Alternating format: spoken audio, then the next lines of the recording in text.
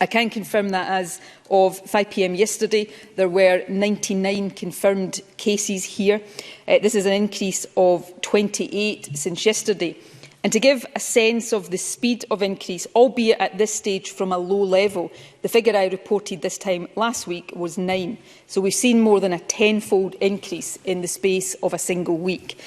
A still low at around 4%, but nevertheless steadily rising proportion of cases also now show this S-gene dropout that, as I said a moment ago, is highly indicative of the Omicron variant. Our estimate at this stage is that the doubling time for Omicron cases may be as short as 2 to 3 days, and that the R number associated with the new variant may be well over 2. I can also report that there are now confirmed cases in 9 of our 14 health board areas, suggesting that community transmission is becoming more widespread and possibly more sustained across the country. Now, our health protection teams are working hard through contact tracing, testing and isolation to slow the spread of Omicron cases. That work will obviously continue, and I want to thank them for their excellent efforts. However, given the nature of transmission, I would expect to see a continued and potentially rapid rise in cases in the days ahead, and for Omicron to account for a rising share of overall cases. And all of this explains, I hope, the requirement for government to review the situation on a daily rather than a weekly basis at this stage. Let me turn now briefly to the developing global understanding of this new variant. And the first point to make is that there is still a great deal we do not yet know. However, data on cases worldwide, including here at home, gives a reasonable degree of certainty at this stage that Omicron is more transmissible than the Delta variant, and perhaps significantly so. Early, though again unconfirmed, data also suggests that Omicron is more capable of reinfecting people who have had the virus previously. In other words, it has some ability to evade natural immunity. And of course, there is also a concern that it may evade, to some extent, the immunity conferred by vaccination. Let me stress again, though, at this point, that even if that latter point does prove to be the case, getting vaccinated will still be vitally important. Vaccines being slightly less effective does not mean ineffective. Less effective does not mean ineffective. Less effective does not mean ineffective. Less effective does not mean ineffective. Less effective does not mean ineffective. Not the same, nowhere near it in fact, as vaccines being ineffective. Being vaccinated will still give us much more protection against Omicron, especially from severe illness, than we will have if we are not vaccinated.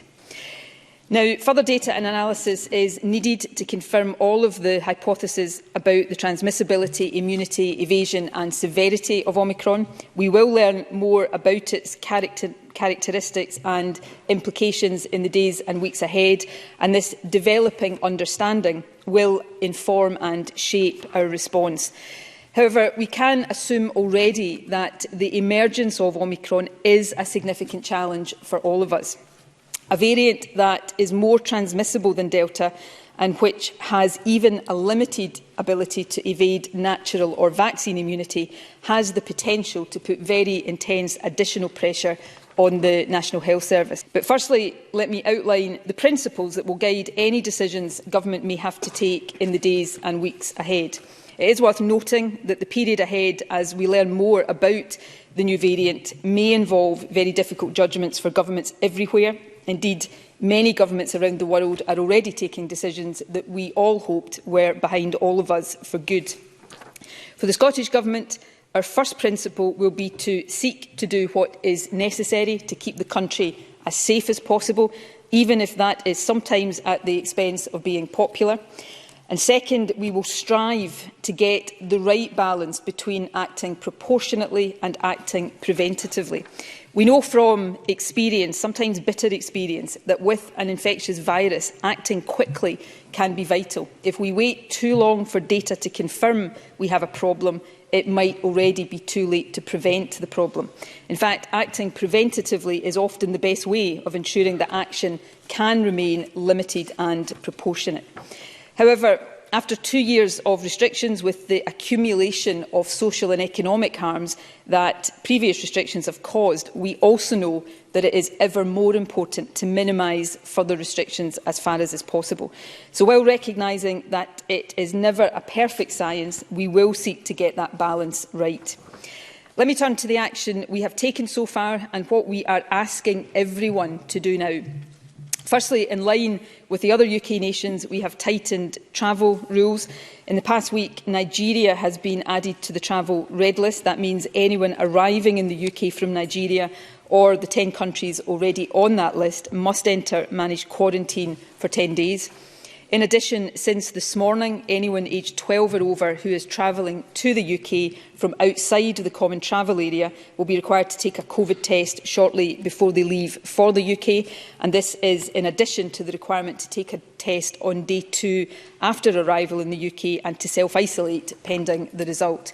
My advice to anyone planning travel between Scotland and countries outside the common travel area is to check on the Scottish Government website for detailed guidance and to also check the requirements of the country you are travelling to, because the requirements there may well be different to those in force here.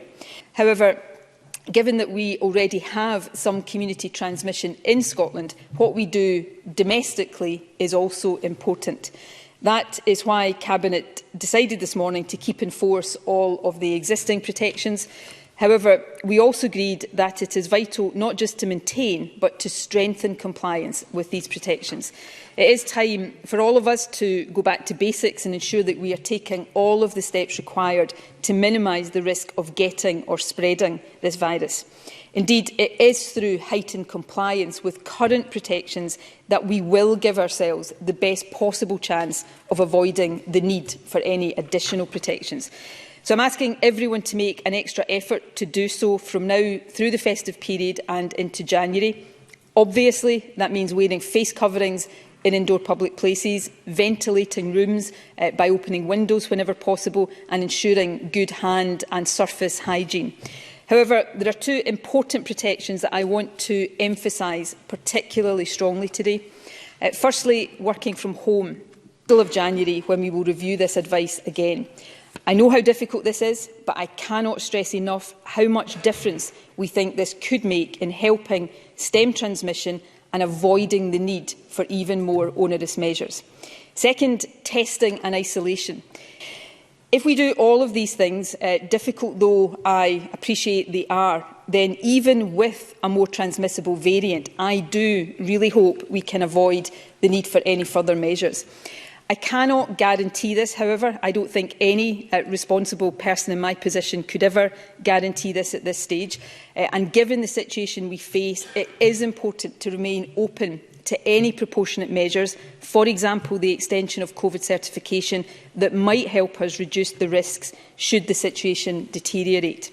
The Government will carefully analyse the data in the days ahead.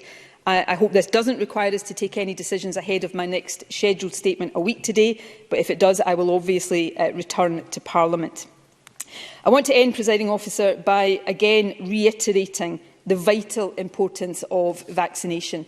We are currently the most vaccinated part of the UK. We have more quickly than other nations implemented the JCVI advice to reduce the gap between second doses and boosters, but we are not complacent. Also working to increase demand by encouraging even more people to take up the offer of vaccine. In the past week, therefore, text or email messages have been sent to those aged between 40 and 60, encouraging them to book their booster jab. For those now able to get a booster jab, that's anyone over 40 who had the second jab 12 or more weeks ago, please arrange an appointment as quickly as possible. You can book through NHS Inform or by calling the vaccination helpline. And if you're 16 or 17, you can, of course, also and should also book your second dose in the same way. Last week, we also sent blue envelope letters to all 50 to 59-year-olds who have not yet been vaccinated at all. And a similar letter has been issued over the course of this week to everyone between 40 and 49 who hasn't yet been vaccinated. Take-up of the vaccine has been exceptional, but there are still a significant number of people in those age groups who haven't been vaccinated. So to anyone in that position, let me be clear about this. It is not too late to get vaccinated. In fact, it is now more important than ever to get your first first jag and start to get that essential protection. To conclude, Presiding Officer, Omicron is a really concerning development and the most unwelcome of developments at this stage in the pandemic.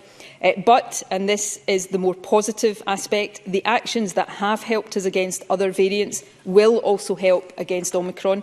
That means we all know what we need to do in the days and weeks ahead, and so my request to everyone is to follow these steps. Please go back to basics and make sure that we are all doing everything that we are being asked to.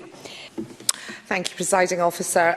We know that vaccines are the best line of defence against COVID, especially as we face the new variant. Can the First Minister therefore provide an update on the progress being made with extending the booster programme for under 40s? First Minister. Well, we have said that our aim and target, very clear aim, and we've got a lot of confidence in delivering this given the progress of the booster programme so far, is that we want to complete the booster programme, and that includes for under 40s, for those over 18 by the end of January, and that is what we are working to do. That involves all of the things I spoke about in my statement, increasing the vaccination workforce. We've already increased it and we'll seek to go further, increasing the capacity for vaccinations, but also making sure we are doing what is necessary to generate the demand, making sure that those who are eligible, when they are eligible, come forward and get vaccinated. So all of that is really important work. And of course, all MSPs can help us with that by getting these messages out in their own constituencies. Murdo Fraser to be followed. Thank you, Presiding Officer. First Minister, a hugely disproportionate number of people being treated in intensive care units with COVID chose not to get vaccinated. This is a significant and ongoing adverse effect on the NHS, including its capacity to treat patients with other illnesses. We are the most vaccinated part of the UK, but despite the exhortation of ministers over the last year of the importance of everyone being vaccinated, a stubborn minority refuse. What further steps will the Scottish Government take to increase the number of people being vaccinated to protect the NHS and wider society?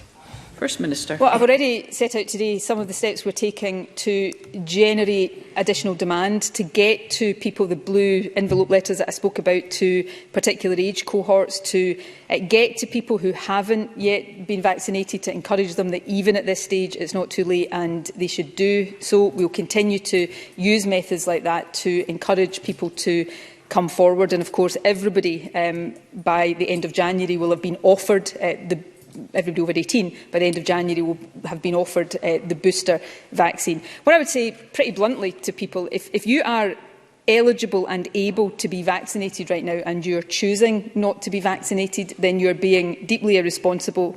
I would say you're being selfish, you're putting your own life much more at risk, and you're putting the life of everybody you come into contact with at risk. And that was true before the emergence of Omicron. It may be even more true now. So please, for your own sake, get vaccinated. But if you're not going to do it for your own sake, then do it for the sake of others you're coming into contact with. And for goodness sake, don't put their lives on the line. Pam Duncan-Clancy to be followed by Siobhan Brown. First Minister. Well, we'll continue to take all opportunities, from statements here, media statements, asking members across the chamber to communicate these messages in their constituencies, to get all these messages across. In addition to that, our public awareness campaign will intensify over the winter period. The current campaign, Living Safely for Us All, will run until the 12th of December. That reinforces the importance of key safety behaviours, and then a new Living Safely this winter campaign will launch on the 13th, and that will run throughout the festive period, and that will focus on the behaviours we're asking people to adopt over this period to help protect each other, and that will include testing before travelling, socialising, visiting busy places, visiting other people in their houses, taking a PCR test if showing symptoms, getting vaccinated, and of course wearing face coverings and following all the necessary hygiene advice.